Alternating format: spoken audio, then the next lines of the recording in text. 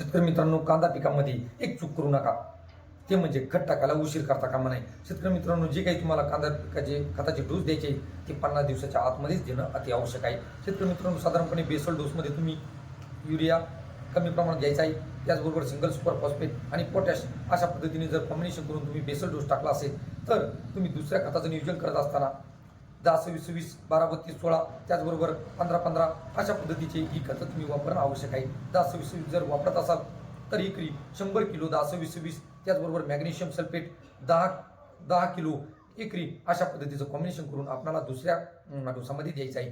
दुसरा डोस टाकत असताना साधारणपणे 30 ते 35 दिवशी किंवा 40 दिवसाच्या आतमध्ये हा दुसरा डोस द्यायचा आहे. त्याचबरोबर शेतकरी मित्रांनो, 50 दिवसाच्या आतमध्येच हे डोस करून घ्यायचे आहे की जेणेकरून पिकाला NPK उपलब्ध होऊन आपल्या उत्पादनामध्ये वाढ होईल. अशा पद्धतीने शेतकरी मित्रांनो, काही शॉर्ट टर्म क्रॉप असल्यामुळे वेळीच खत टाकणं अति आवश्यक आहे आणि त्यामुळे निश्चितच आपल्या पिकामध्ये उत्पादनात वाढ होत असते. शेतकरी मित्रांनो, तुम्हाला व्हिडिओ कसा वाटला, आवडला असेल तर आपल्या कांदा उत्पादक शेतकऱ्यांना पाठवायला विसरू नका. धन्यवाद.